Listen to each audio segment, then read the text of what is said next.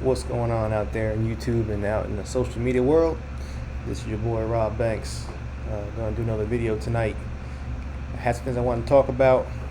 Had a lot of things on my list I want to talk about tonight.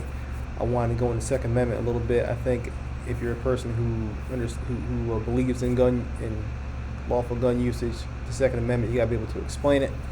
Unfortunately, some of us don't know how to explain it properly, and you leave room for those anti-gunners to weasel in there with their slick words and all that kind of stuff. So I wanted to do that, but looking into it, that's going to have to be its own video. It's going to take a little bit to go through each of the clauses, what words meant back in the day, and all that kind of stuff. So we'll leave that for another day. Plus, a big thing today was the House Judiciary Committee is reviewing H.R. 1808, which is the Democrats' assault weapons ban bill. Man, I'll tell you, I started watching some of the clips today from the hearing, from them debating it, and it made my head hurt. Democrats, they don't know what they're talking about. They're making things up. They don't know what a bump stock is. They're talking about it's a bump stock and it's actually a pistol brace, and either they're lying or they just don't know what they're talking about. So I'm gonna show some clips from that today. I got some other stuff we need to talk about today, so we'll get into it. Alright, so like I said, first thing I want to discuss with you guys tonight was the Democrats' assault weapons ban. Their bill, H.R. 1808. It was written by, or sponsored, first sponsor was Rep. Cicilline from Delaware. Initially, this came out in 2021. They revamped it, do some recent shootings, and add some more things into it, and then reassert it to the House this year, trying to get it passed. So I'm going to go through this with you guys real quick. It's really not that bad of a read. And I think, again, as responsible gun owners, as people who believe in the Second Amendment, as a citizen in this country, you need to be aware of what they're trying to pass in the House and the Congress, and what the president's trying to put forth in executive orders and that kind of things. So we're going to dive into it, and we're going to see what this says.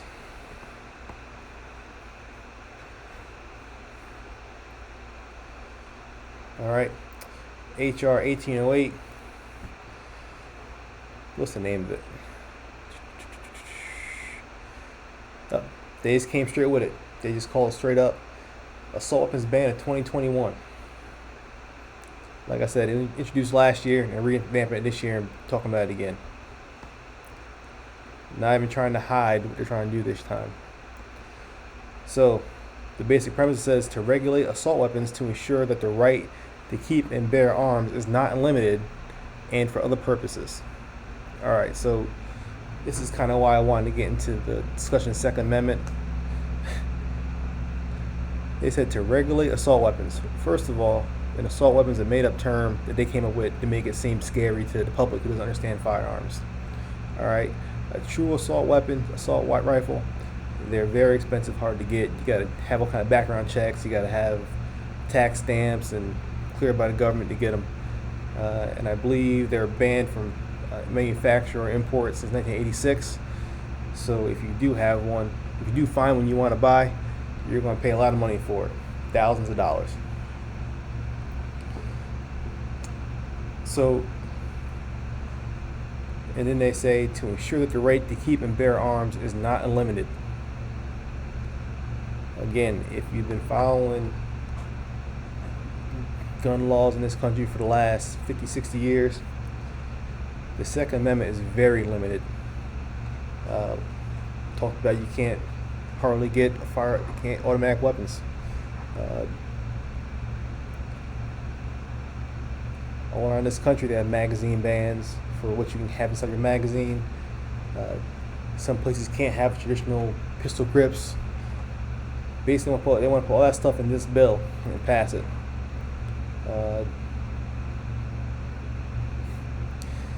So the Second Amendment is something that you gotta understand what it means. These people are crazy. The right to keep and bear arms is not unlimited. It's definitely not unlimited. But they want to make it so it's unworkable.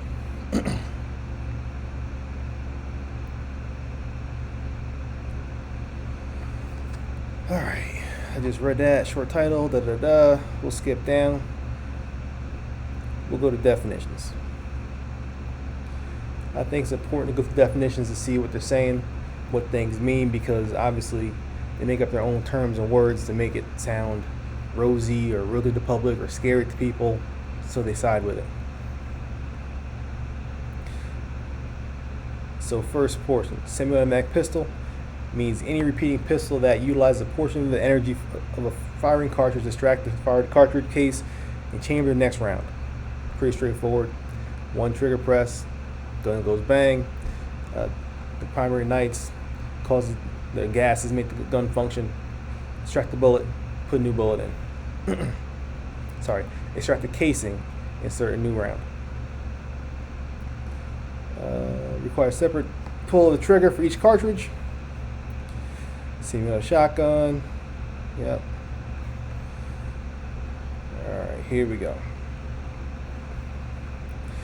The term semi-automatic assault weapon means any of the following, regardless of country of manufacturer, caliber of ammunition accepted.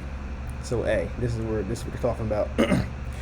A semi-automatic rifle that has a magazine that is not fixed magazine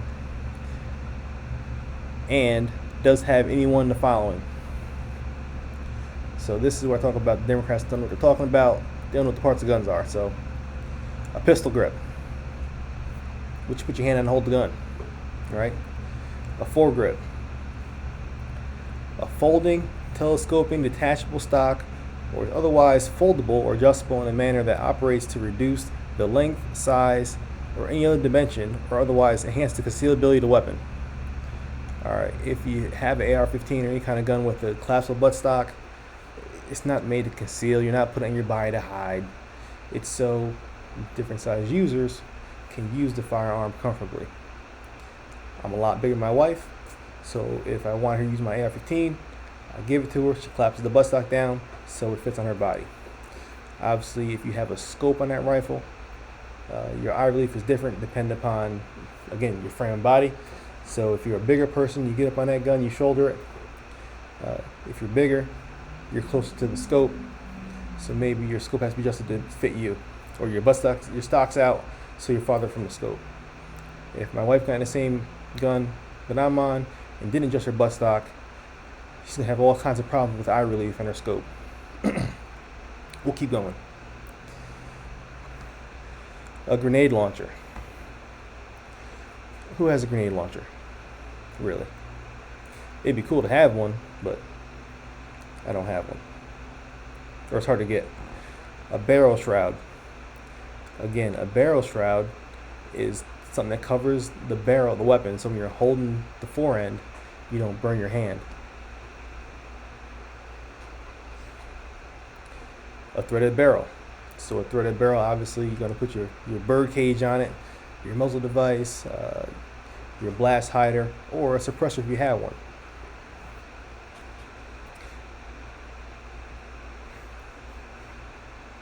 Alright, so that was all A.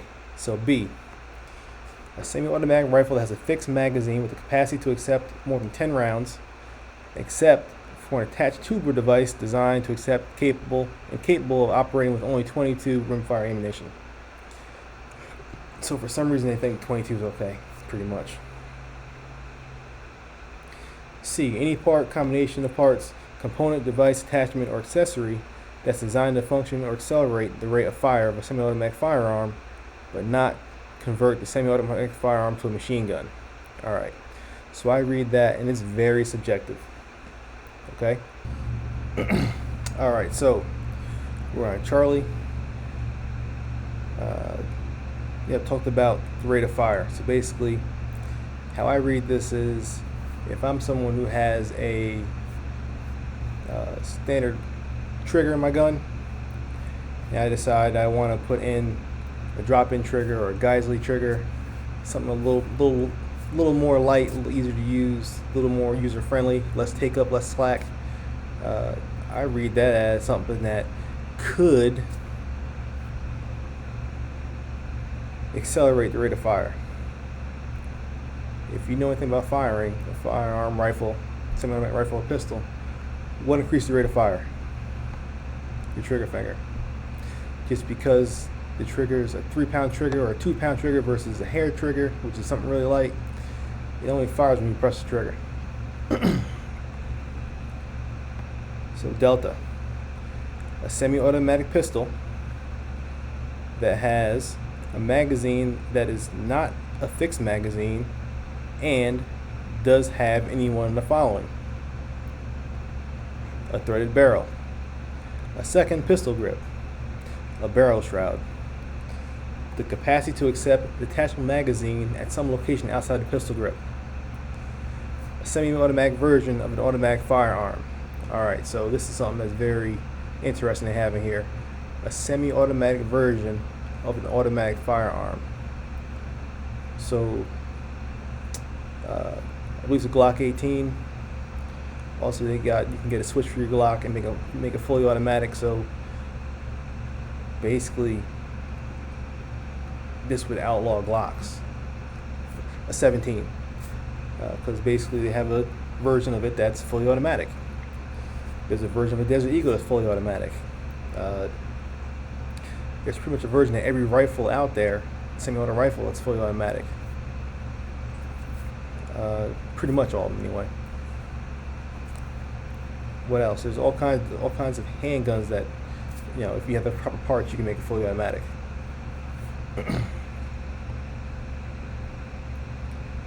So that's something I definitely do not like.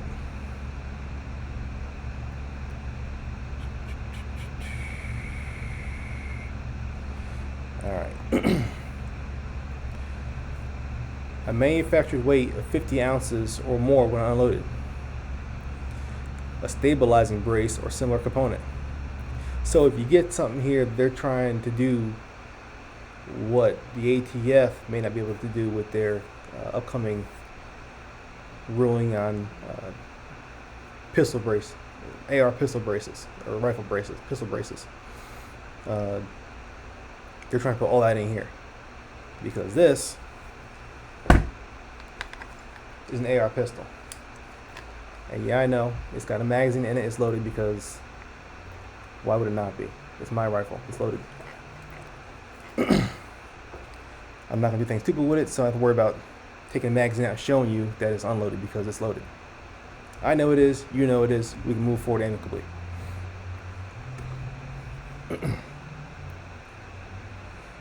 A semi-automatic pistol with a fixed magazine that has capacity to accept more than 10 rounds.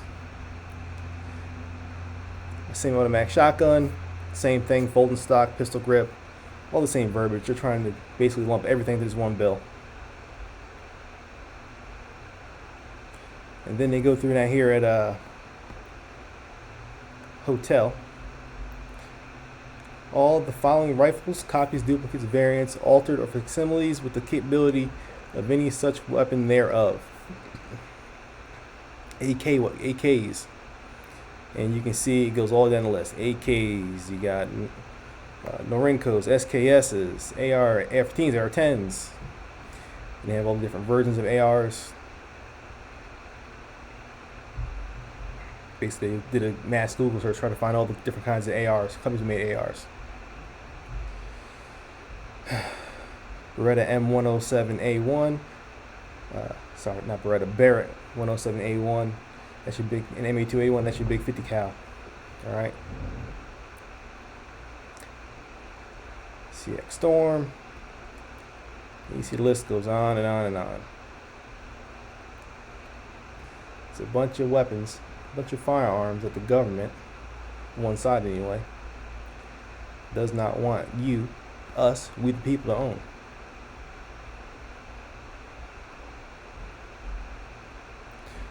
All belt-fed firearms. Any combination of parts with firearms described in parts A through K can be assembled. Alright, the term large capacity ammunition feeding device. A magazine.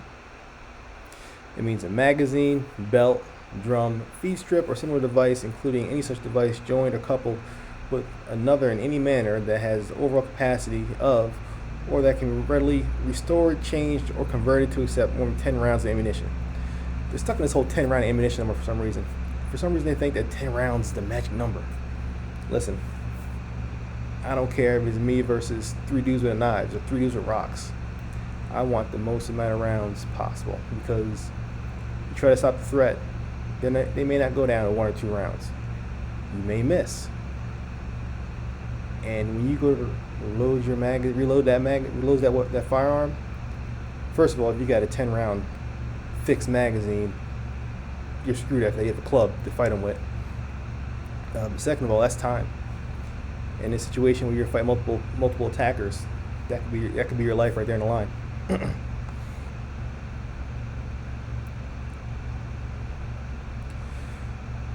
Then they go down to related definitions, which is kind of dumb. They talk about definitions up top and then have to explain them again down here. The term barrel shroud means a shroud that's attached or partially or completely encircles a barrel of firearm, so the shroud protects the user of the firearm from heat generated by the barrel. So why are you worried about people's hands?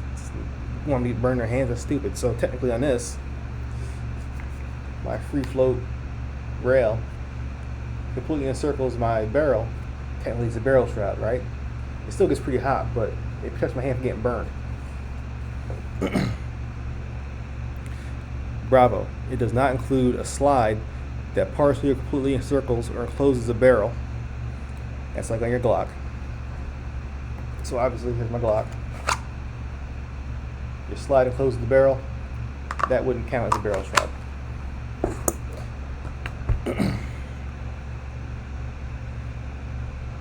At least they got that right. An extension of the stock on the bottom of the barrel, which does not encircle or substantially encircle the barrel. Whatever that means. The term attachable magazine means ammunition feeding device that can be removed from a firearm without disassembly of the firearm action. So they want you to have fixed magazines pretty much.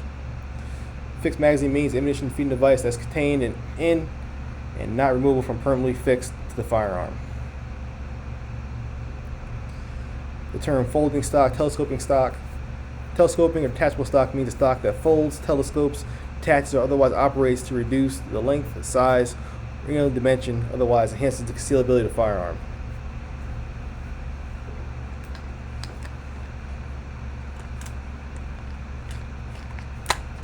Oh my God, it folds.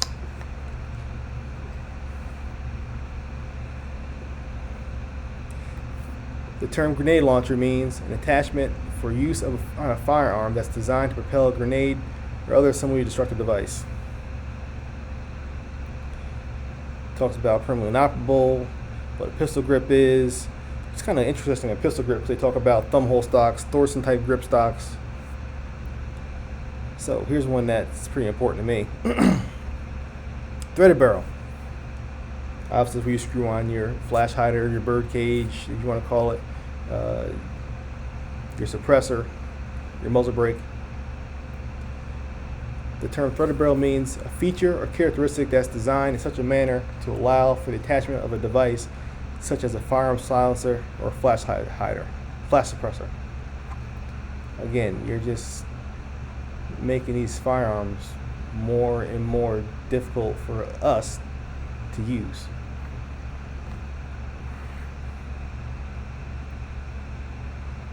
(47) The term qualified law enforcement officer has the meaning given the term in section 926 Bravo. So this is something in this bill you'll see quite throughout. They exempt law enforcement, they exempt different branches of the government, Department of Education, Department of Agriculture, local law enforcement, cops, police, sheriffs. All these folks are exempted. So what they're saying, these are weapons of war that don't belong on our streets.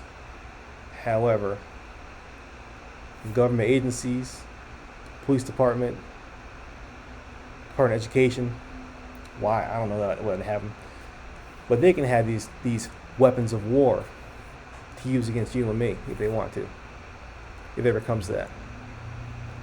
If it's a weapon of war not made for our streets, then why is everybody who has to deal with us, the people, why are they exempted from this law? Doesn't make sense. It does if you know history, but a lot of people don't. Belt-fed firearm. We'll skip through that. Section 3, restrictions on assault weapons and large capacity ammunition devices. Alright. It shall be unlawful for a person to import, sell, manufacture, transfer, or possess in or affecting interstate or foreign commerce a semi-automatic assault weapon.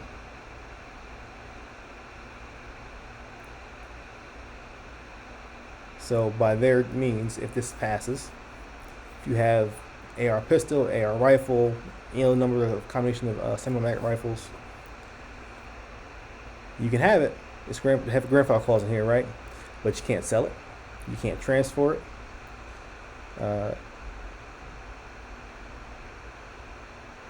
Or possess in or affecting interstate or foreign commerce. So like for me, I travel a lot down here where I am in Mississippi. I'm in Arkansas right now, but I travel a lot for my job, with my family, and my ARs, I have an AR always with me. Why? Because my pistol gets me to my AR in case I need it. That's the goal. Alright, if things go really bad, I need more than that pistol to defend me and my family or anybody else.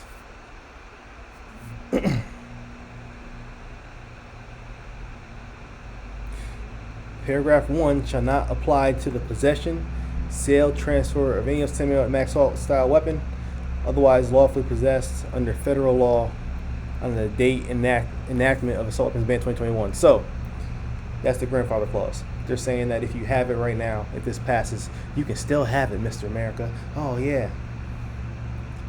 However, if you ever deal with the cops or something happens, you're stopped in a vehicle stop and you're somewhere where they're not really too friendly with guns, how are they going to know when you got that firearm or that magazine? They're not. So they're going to arrest you, take your firearms, and try to go through the process of figuring out when you bought it. You'll see later on in here that that's when that gun goes into a registry so you can document it.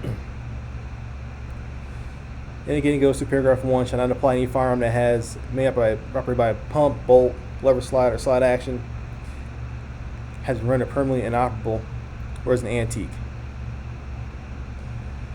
So who doesn't apply to? So here's right here.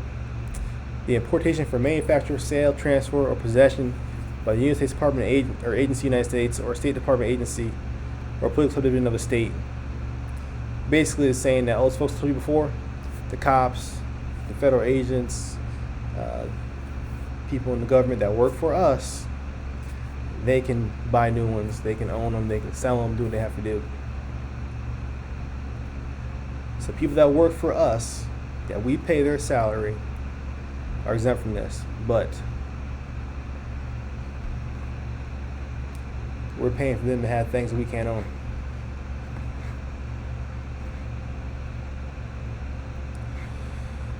All right, bravo. All right, the importation or sale. So basically, this is for people who protect places like what I do, nuclear security. We still be able to have firearms there, which that's a good thing, protect nuclear sites. But again, they're weapons of war. Why does anybody have them?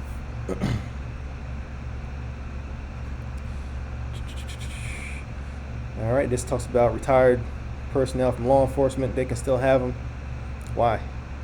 The weapons of war, why do they still have them?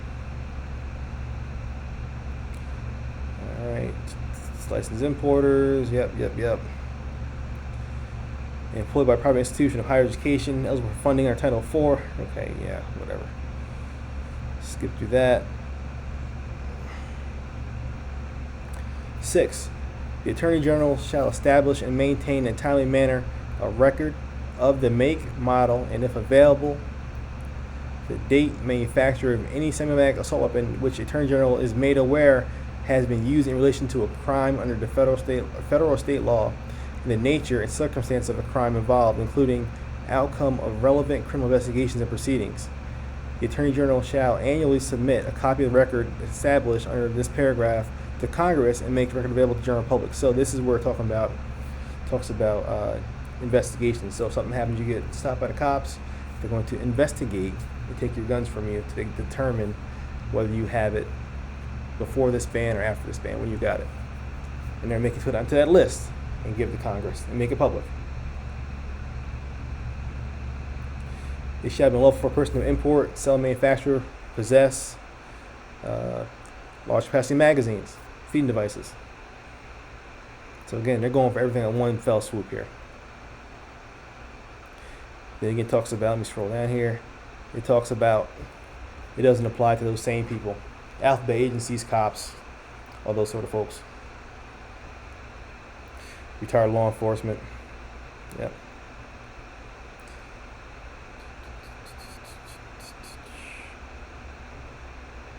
Yep, investigators, search warrants. Okay. So, they also have in here a secure storage or safety device requirement for grandfathered semi-automatic assault weapons. It shall be unlawful for any person other than the licensed importer, licensed manufacturer, or licensed dealer to store or keep under dominion or control of that person any grandfathered semi-automatic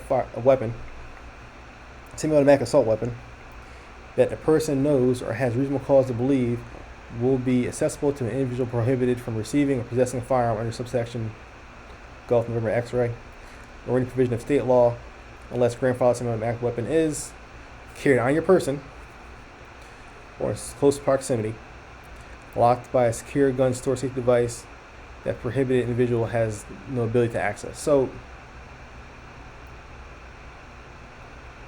I'm reading this as something as a gotcha, right? There's a lot of guns that get stolen out of people's houses. If I lived alone, which I don't, I have a family, but when my family's away and it's just me, when my wife and kids go away, visit the family, or it's just me at the house, my guns are out, it's just me. If my kids are there, they're locked up when I'm sleeping, when I'm not around, when I'm out at the house. But I'm reading this like, if someone steals the gun, you may be liable because you didn't lock it up. Also, how are they going to enforce this? They're going to come to your house? Doesn't make sense. Identification markings for semi-automatic assault weapons. All right. Section 923, India, Title 18, State Code, is amended by adding at the end of the following: the serial number of any semi-automatic assault weapon manufactured after the date of that ban goes into effect shall clearly show the date on which weapons manufactured or made legally, legibly, and conspicuously engraved on the cast of the weapon. So you're going to have your serial number, then the date it was made.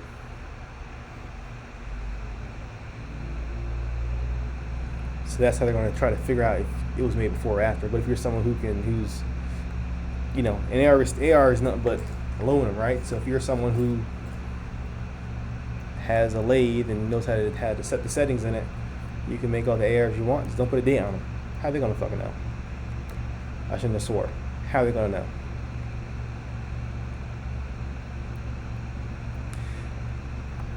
All right. Magazines, same thing. Got to put a date on them. A serial number and a date. It's pretty dumb. Seizure and forfeiture of large capacity ammunition feeding devices.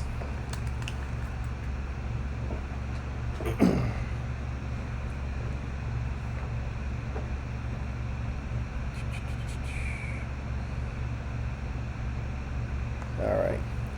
In paragraph 1, by inserting or large capacity feeding device after the firearm or ammunition each type appears, by inserting or a large capacity ammunition feeding device for firearms and ammunition each type appears, and by striking, okay, just talking about how they're amending it. So we're paragraph 1, yep. So then they go through down here all the firearms exempted by the assault weapons ban. So basically all the stuff no one wants to buy. I mean, every gun's cool. I like to have all kinds of different guns. I like to learn how to shoot different things, but when it comes to defending myself, defending others, or taking up arms against enemies, foreign and domestic, that are trying to infringe on the liberty of our people, these guns here aren't the ones you want. I mean, the Mini 14 is pretty cool. So here's something that Mini 14 we'll get into in a video I have with Thomas Massey. It's pretty interesting. All right, centerfire rifles. You see here's a list. They're trying to make it like, oh, you can have all these guns. And notice that some of these guns, you know, you have your 357 Magnum, 454. They have a lot of big round guns that shoot big rounds here. They're a lot bigger than 223. But they're all okay. Lever action guns, yep. Bolt action guns. So they're trying to say, oh, look how many guns we're allowing you to still have. Look at all these guns. Single shotguns, ooh. Let me get one shot out there and reload. Yep. Auto loader. Let me tell you, this is pretty much the whole bill. Just going to list some different kind of guns.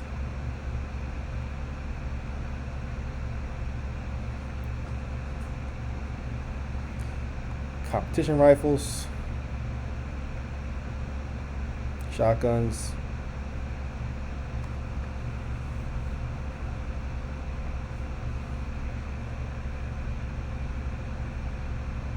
slide action shotguns. Alright, I'm going to scroll down a lot faster because these are the guns that you can still have, which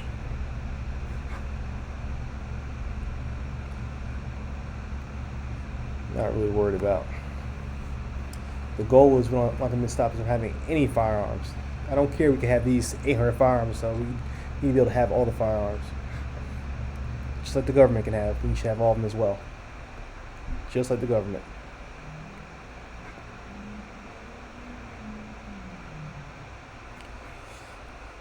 So basically with my show, what I plan on doing each time I have a show is I plan on going through a law, a firearms law in a state or the federal law, and just to review it, whether it's one that's pending or one that's in a state already passed. I want to go through some of the Supreme Court cases that shaped the Second Amendment, Heller, Bruin, McDonald. That's good for everybody to understand. So yeah, we're almost to the end here. It looks like it's about 3 pages of information, and then the rest is the guns you're not allowed to have and the ones you can have. Alright, here we go. Here's the first section. Section 5. Background checks for transfers of grandfathered semi-automatic assault weapons. So this here is important. Alright, saying this is amended by repealing subsection S, redesign of subsection T, Just want to know what it says. Chief Law Enforcement Officer. Alright. Beginning on a date that is 90 days after the date of the enactment of the assault weapons ban of 2021, it shall be unlawful for a person who is not licensed under this chapter to transfer grandfathered weapons, semi-automatic assault weapons, to any other person who is not licensed under this chapter unless a licensed importer, licensed manufacturer, licensed dealer has taken custody of grandfathered assault weapon for the purpose of complying with this subsection.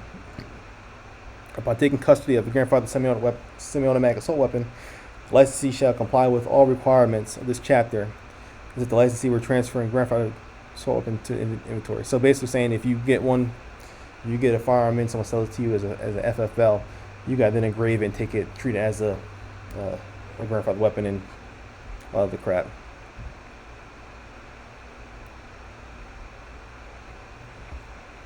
Alright, paragraph 2 shall not apply to temporary transfer of possession for the person participating in target shooting in a licensed target facility or established range if the grandfathered assault weapon is at all times kept within the premises of the target facility, the transferee is not known to be prohibited from possessing or receiving a grandfathered assault weapon. So this guy kind of kills me. It talks about here a licensed target facility or established range. So if I'm out here, if I'm at my house in Mississippi and my friend calls me and says, hey man, because you can do this in Mississippi in some places, you go to his land and shoot. And he has a AR-15 or he has a Barrett, MA-281, A1, whatever. Because it's not a established range, you can't say, hey, shoot my gun. Is he now committing a crime? That makes no sense. All right, 3. For the purpose of this section, the term transfer shall include a sale, gift, loan, and does not include temporary custody of the semi-automatic weapon, assault weapon, for purpose of examination or evaluation by a prospective transferee. So it seems to me you can't let a buddy shoot your firearms at all. Could be wrong about that, but that's how I read it.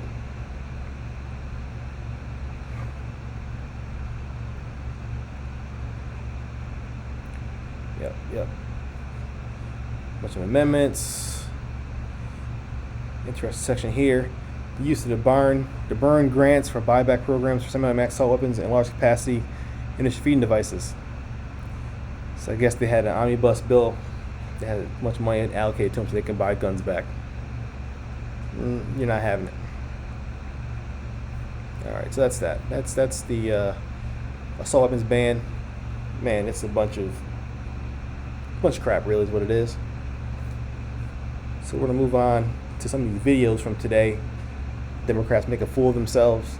They have no clue what they're talking about, and they just look dumb. So back reading the HR 1808, I talked about interesting section about the Mini 14, how it's banned and it's not banned. And Rep. Thomas Massey gets into him and makes him look dumb because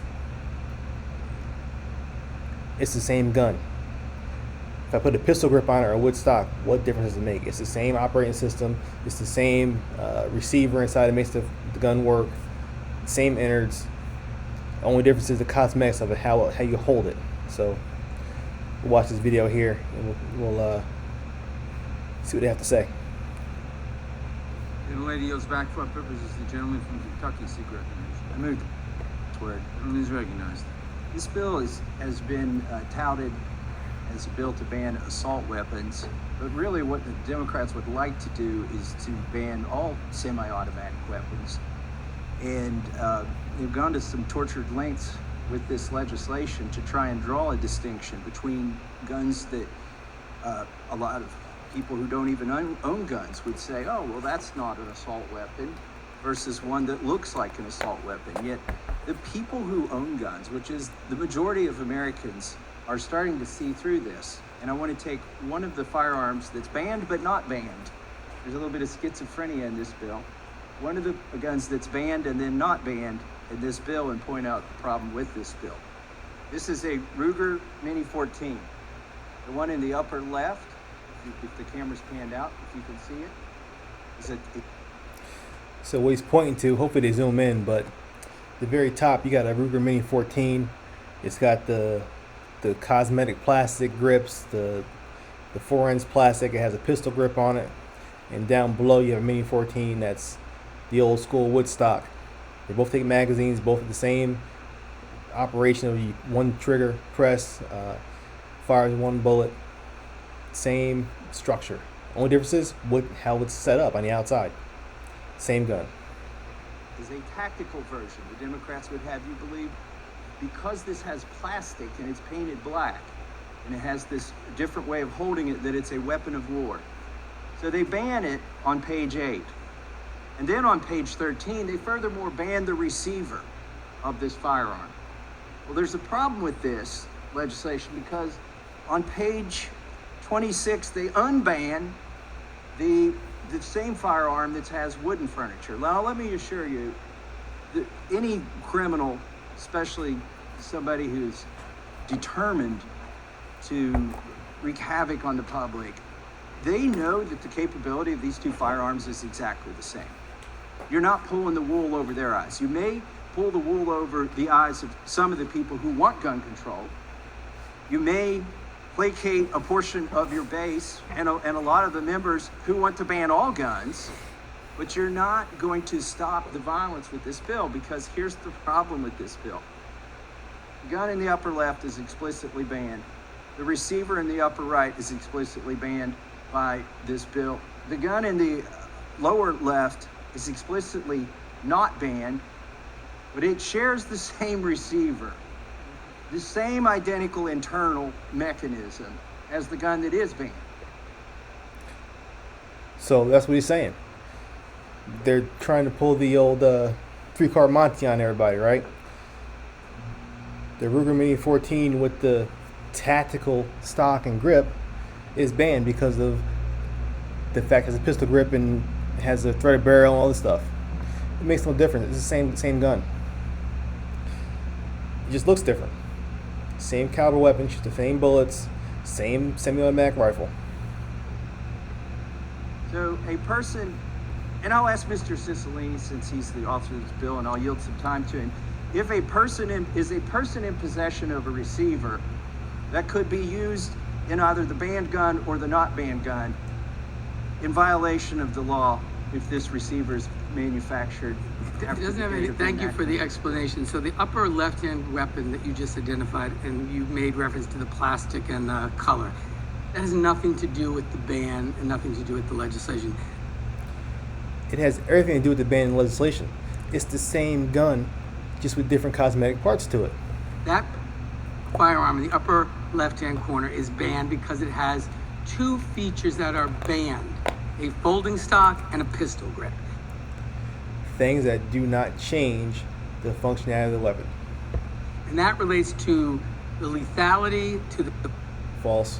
power, to the portability False. and concealability of that firearm. You're not concealing a Mini 14 ranch gun or the Mini 14 tactical version in your pants. That's why it's banned. They don't exist in the one that you put a green check mark to. So it doesn't have anything to do with the wood and the plastic. It has to do with the features, the military features that exist on the top that don't exist on the bottom. So question, military features. It wasn't too long ago we fought a war with M1 Garands that didn't have pistol grips.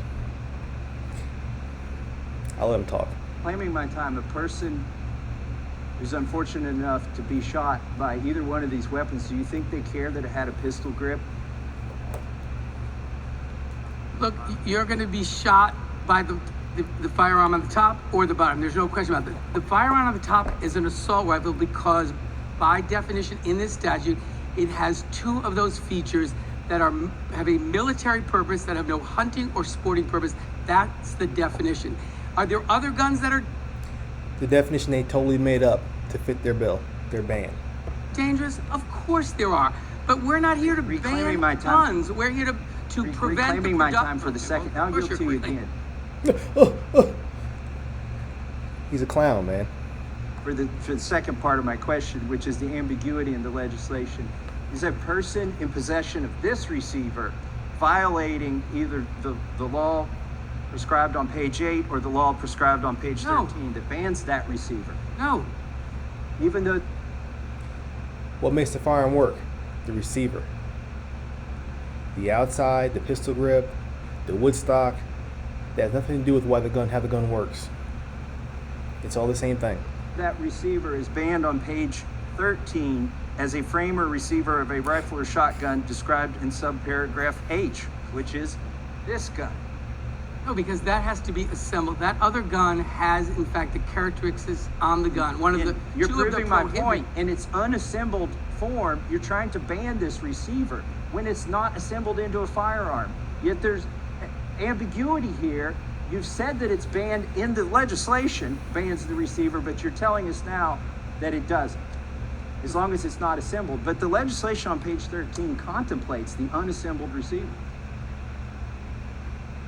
So, question is, My question is this receiver legal or not? Because your bill is ambiguous.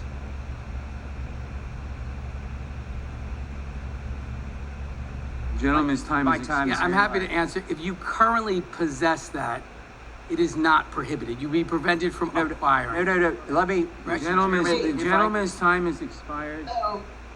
After the enactment of this What, ma'am? bill was my The question. gentleman's time is expired for what? So they stopped him from talking there, but he didn't answer the question.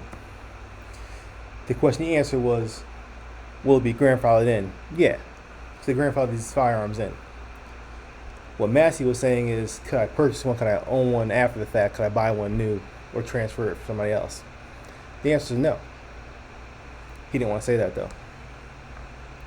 So this whole thing's been a clown show. It's pretty bad. Democrats don't know what they're talking about. They're looking silly, but they're trying to use the media, talk shows, get everybody on their side in order to get everybody scared. They got to get these guns off the street. So next thing, interesting. In this picture, you're gonna see the Democrats. They're huddled around the board. I can zoom in here. Trying to figure out what's a stabilizing brace, how it works, what it does. So, give me 1 second. I want to get my AR pistol again. Have a little talk. Stabilizing brace. This is a CAC style stabilizing brace. Basically, a strap goes through here. You'll be able to strap that to your arm. That way, you'll be able to hold the AR pistol with one hand. Hold your arm so you can fire. This is been a lot of contention over the last few years. The ATF came out, or AFT as Joe Biden says. They came out initially and they said you can own these because they're not stocks, and therefore your pistol it doesn't make it to a rifle. The laws around AR pistols and rifles, it's very convoluted about barrel length and overall length. It's all dumb, really. But in this picture, they have basically here, top one, they have the AR pistol that has just a little buffer tube with the rubber on the end, little for putting your cheek. And then they have down below the brace, that's a different kind of brace. You slide your arm into it and it helps stabilize the gun. It's designed for people who had disabilities, were injured, and couldn't hold a rifle or pistol and traditional way. So we're going to see, after the Democrats had all this talking going on, trying to figure out what was what in their picture, what Cicilline says about the stabilizing brace. So again, stabilizing brace, stabilize the gun to your hand, to your wrist. It doesn't do anything else with the function of the weapon. It does nothing different. The gun operates the same as if it wasn't even on there. I could pull this off and it would operate exactly the same. So let's see what Cicilline says.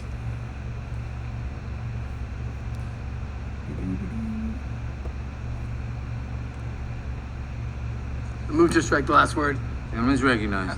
Mr. Chairman, I rise in opposition to the amendment. What this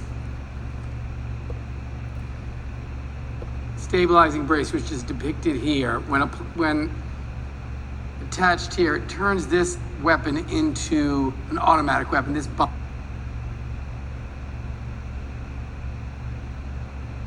man just said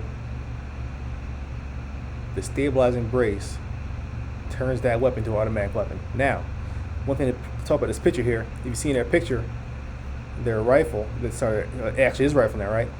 Because if you go through the different gun laws, firearms laws for AR pistols, when you put the broomstick handle or forward grip on there, that's illegal.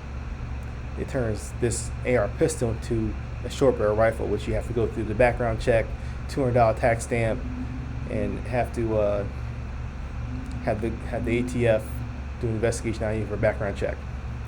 All right, so this is okay. All right, because it's not a forward grip.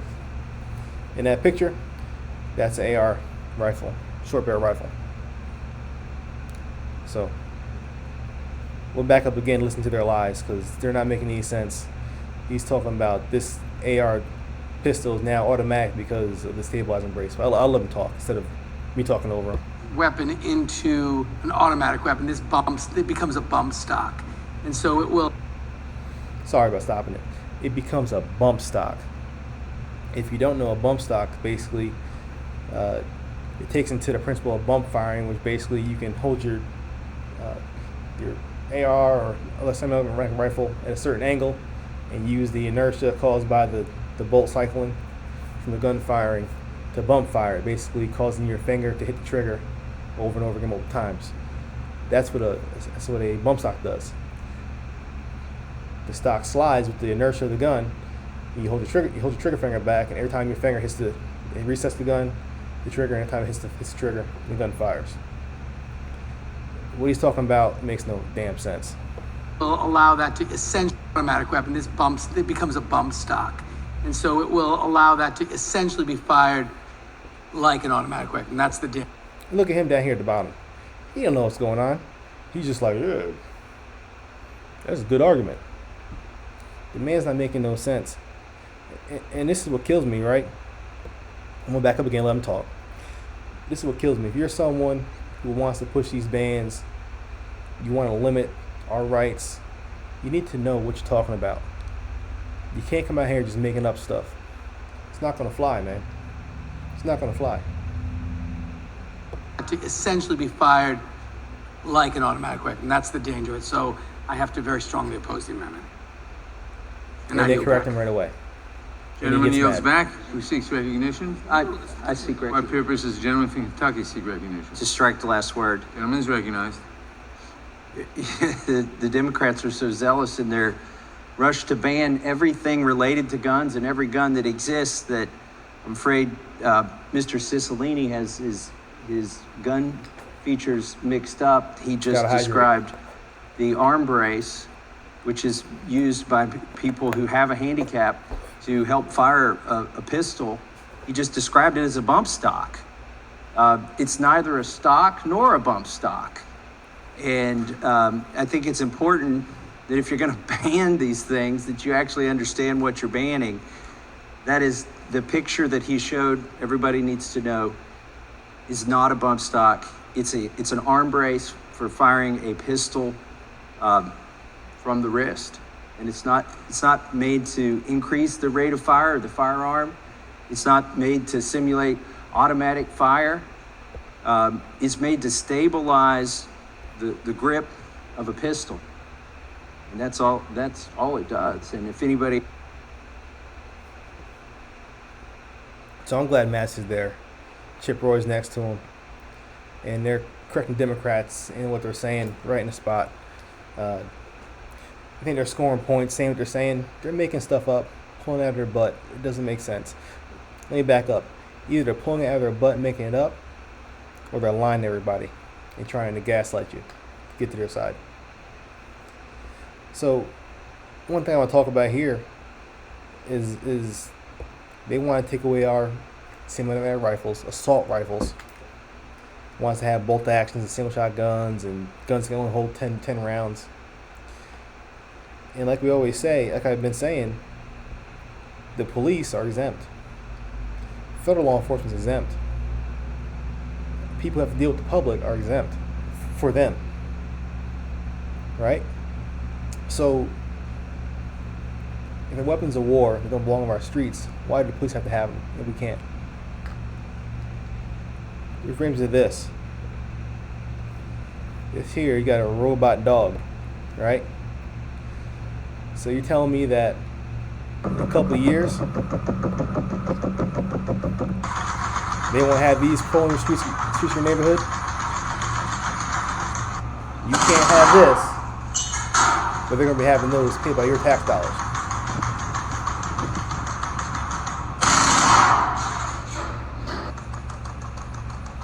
Drone dogs.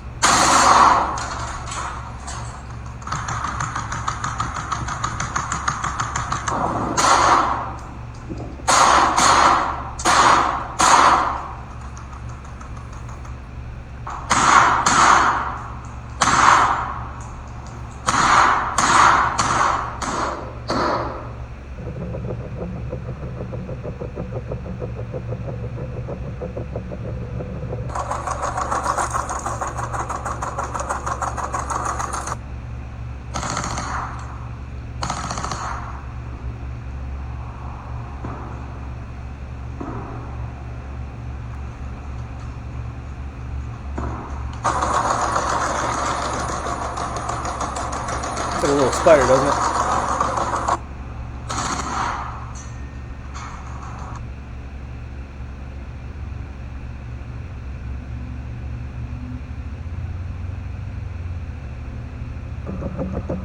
just lay down at the end. So you're telling me that in a couple of years they're not going to perfect that technology and have those patrolling our streets? You can't have this, but they're going to have robot dogs with actual assault weapons on it that shoot fully automatic. Doesn't make sense. It's weapons of war, and we can't have them. Why can they have them? All right, guys. So next thing I want to go through, a little training piece here, a little mindset piece, is Cooper's 4 stages of combat mindset. This is something that was ingrained in me very early on when I became a firearms instructor, and really it's something that we all should take to heart, think about when you're out in public trying to keep yourself safe. So basically, Jeff Cooper, who created the color codes, he was a lieutenant colonel, and he came up with these codes to make sure, to tell you the different ways you're aware. Can't talk. All right, so we'll go through them pretty quick. And of course, you can find us online, but it's a way of life to live in the proper color code. There's 4 of them. So first one, condition white. You don't want to be in condition white. Basic condition white, you're unaware and unprepared. This is a condition you should try to avoid. You should probably lose a fight here. One of the only times in condition white is when you're asleep, right? And even then, you wouldn't consider yourself unprepared. You're just unaware. So you're sleeping, but you know, if you know when things are a little wrong in your house, when you hear weird noises, you wake up. For me, one thing in my house is kind of weird, that when we lose power in the middle of the night, it goes quiet, I wake up. Because it's different, right? My body identifies something's different, and I wake up. All right? And if attacking condition white, the only thing that may save you is the inadequacy aptitude of your attacker. When suddenly confronted while in this condition, your immediate reaction will be oh my God, this can't be happening to me. Most people spend their life in stage white. Why? These things right here. All right? Cell phones. See people all the time walking around in public, heading their phone. You know, I'm guilty of it too. I've been trying to fight that, trying to be more aware of my surroundings when I'm walking around. But this is a curse, man. You'll walk around looking at your phone. You're pumping gas, right? Looking at your phone. We're bored. Instead of looking at the world, we're bored trying to find something to entertain us. When you're pumping gas, you're around the gas pumps, man. So many attacks happen around the gas pumps. In those transactional spaces where you're putting groceries in your car, or getting gas, you're not aware of your surroundings. People come up and they can get you because you're not aware. One thing I know in Mississippi that's big is people come to ask for money, right? Hey man, my car broke down. My family's trying to get up here to Delta to go back. Okay, no, you need to leave. What happens is typically one person will come up to the front of you, try to talk to you about getting some money. They broke their car down. Meanwhile, their buddy is circling behind you, going to take you out. So you got to be aware of your surroundings. The gas pump, grocery stores, condition white's not a good place to be. Condition yellow is where you want to be. Relaxed alert, all right? And I'll skim through this. It's not really a specific situation you're in. You're basically just observing everybody, taking everything in, look for things that are out of the normal, all right? You know, if it's a 90-degree day in the summertime, in Mississippi it's probably 110, or Arkansas where I am right now, and someone's walking around, come to the store, they come into the movie theater or come into wherever you are, and they got a big trench coat on. It doesn't make sense. Why are you wearing heavy clothes in the summertime? All right. Use your eyes and ears, and you don't have to be armed in this state. But if you are armed, you should be in condition yellow. You should always be in yellow whenever you are in unfamiliar surroundings or among people you don't know. You know, people get a big thing, oh, you're discriminating against people. No, I'm making sure that nothing bad happens. If I'm walking in the street and see somebody who gives me a bad vibe, I'm going to stay away from them. Nothing wrong with that. But just relaxed alert's where you want to be. Constantly taking your surroundings, looking for things that could hurt you, harm you, or others, and being ready to react. Condition orange, specific alert. So this is where you now identify the threat, right? You identify the threat, something's going wrong, situation's building, and this is where you say, okay, I got to figure out a plan. This person was suspicious, I keyed into them, they're now taking actions that if they go a certain way, I got to react. Maybe it's fight or flight. Maybe you're going to just run away, get to an exit, or maybe you're armed, or you have certain kind of skills that you're going to try to use those skills to disarm the person, or neutralize the person, neutralize the threat. So basically, you're setting your conditions. You say, you know what? If this person takes that gun, he aims it at that cashier, I'll have to draw my gun and shoot him to defend that person's life. All right? Or it could be something like, you know, if the person now has to drop on me, like you never draw on a pistol sign, right? Never draw your pistol on a drawn gun. But you say, you know what? If I have a moment's notice where that person's going to direct attention somewhere else, draw my gun, take care of business.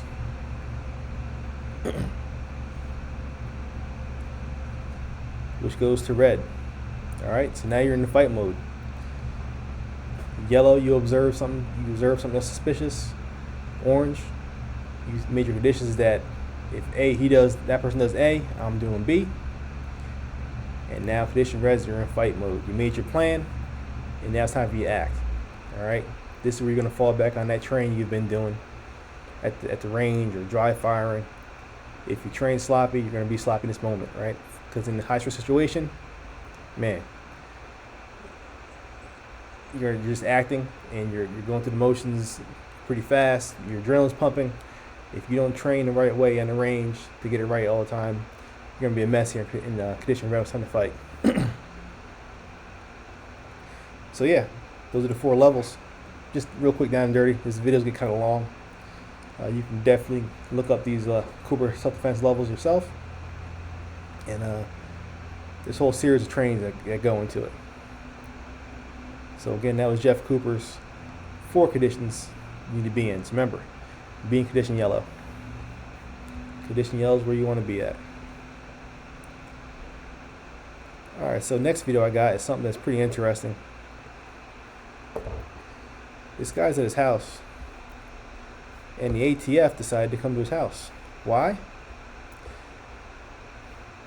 Let me get the play here, and I'll tell you exactly why. So this gentleman in Delaware got visited by the ATF because he purchased 3 guns at one time. Most I purchased before was 2 guns at a time. I may decide to purchase a bunch of AR receivers if this assault weapons ban looks like it's on the pass. Maybe buy like 4 or 5 just to keep them. And I'll probably get a visit from the ATF. But basically, you'll see why they visit him here in a second. Sure. Yeah. Okay, that's all I'm doing is verify that you have it. You got 2 different purchases. Okay. If you have them, I'm out of here. That's how quick it is. Yeah. You have them with you by any chance? Are they? If you can unload them and bring them out, or you can go out to your foyer here, check them out, type your number, and we're out of here. Yep. That's it. It'll take 5 seconds. The reason we're out here is we're obviously gun violence has been an uptick, so we want to make sure we've been having a lot of straw purchases. So one of the things we indicators that we get is somebody makes a large gun purchase, and then a lot of times we've been there and like, oh, those guns got taken. We're like, So the idea is when you purchase more than 2 guns at a time, it generates a multiple sale report. And it comes to us and we check them out. That's all that is. He did nothing wrong. Did absolutely 0. I noticed that you were stopped in Philly though, right? With one of your guns, sir? yeah. So you did nothing wrong, but you have ATF agents at your house on your porch asking you to see your firearm that you illegally purchased. they don't have a warrant, so they have just the list that shows the guns you bought. All right, not legal advice, guys, but man, if you buy more than 2 guns at a time, make sure you have your lawyer's number on speed dial. All right, definitely let anybody into your house. Where this can go wrong is talking about just go in the house and get it, show it to us unloaded. You got these guys standing off in the back. Obviously they're there. If something goes wrong, what are they gonna do? It's like he's holding a sling here, or his plate carrier is just on incorrectly, whatever. But what do you think's gonna happen if you go in your house coming with a gun? It can go wrong, right? They get a little itchy trigger finger and they get a little nervous. Best I can say to you guys is, if you buy more than 2 guns at a time, make sure you have your lawyer's number on standby so you can call him. Man, it's a bad situation right there. So next, I got defensive gun use here. Here's a gentleman who, in Georgia, Clayton County, engaged multiple people trying to do some unlawful actions against him and his wife.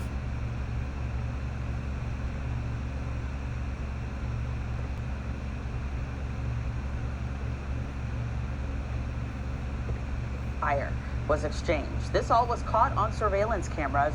Fox 5 reporter Eric Perry is live outside the home in Clayton County. So Eric, what happened? Yeah, Tom, Christine, honestly, what happened, that group of men picked the wrong house code to try to burglarize here. You can see the evidence on this BMW from that shootout, just riddled with gunfire. That man said he just wanted to make sure his wife was protected.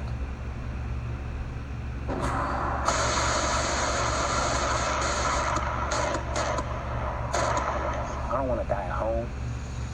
I survived Afghanistan and everything else, and to die at home in my own yard.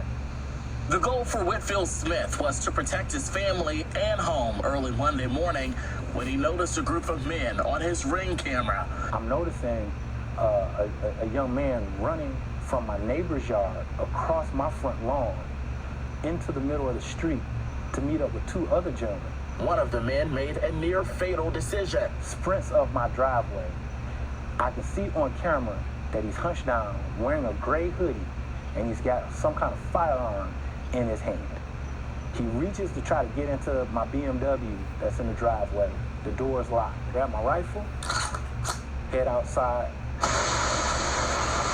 With flip-flops, pajama pants, and no shirt, this veteran went to war to protect his wife, who was hiding inside. Boom, boom, boom, boom, boom, boom. There was one gentleman that was on the other side of the trees, and the main protagonist was right here using my truck as a shield. At one point, he kicked off his flip-flops, races inside, puts on clothes, and comes back out. He says he didn't have time to be afraid. You secure this one. Only time to act. I didn't think that they'd be shooting at me, and I'd be hearing bullets whiz past me. This father fears he would have been dead if it wasn't for his BMW to shield the nearly 24 bullets. They said, Mr. Smith, you're very brave. You're very brave. You're very crazy. You're very stupid. But you're very brave. Yeah, and Mr. Smith is alive. Thankfully, no one was injured in any of this. He says that the group of men actually got away with the firearm that he had inside of his truck there. He also says that after the gunfire really erupted, they tried to break into neighbors' homes to escape. They were unsuccessful, but they are still out there. If you know anything about this, come forward to Clayton County Police. Of course, you can remain anonymous. Scary moments here in Clayton County, but that's the latest. I'm Eric Perry, Fox 5 News. Yeah, he made it through Afghanistan, and this happens in his own front yard. Unbelievable. Unreal.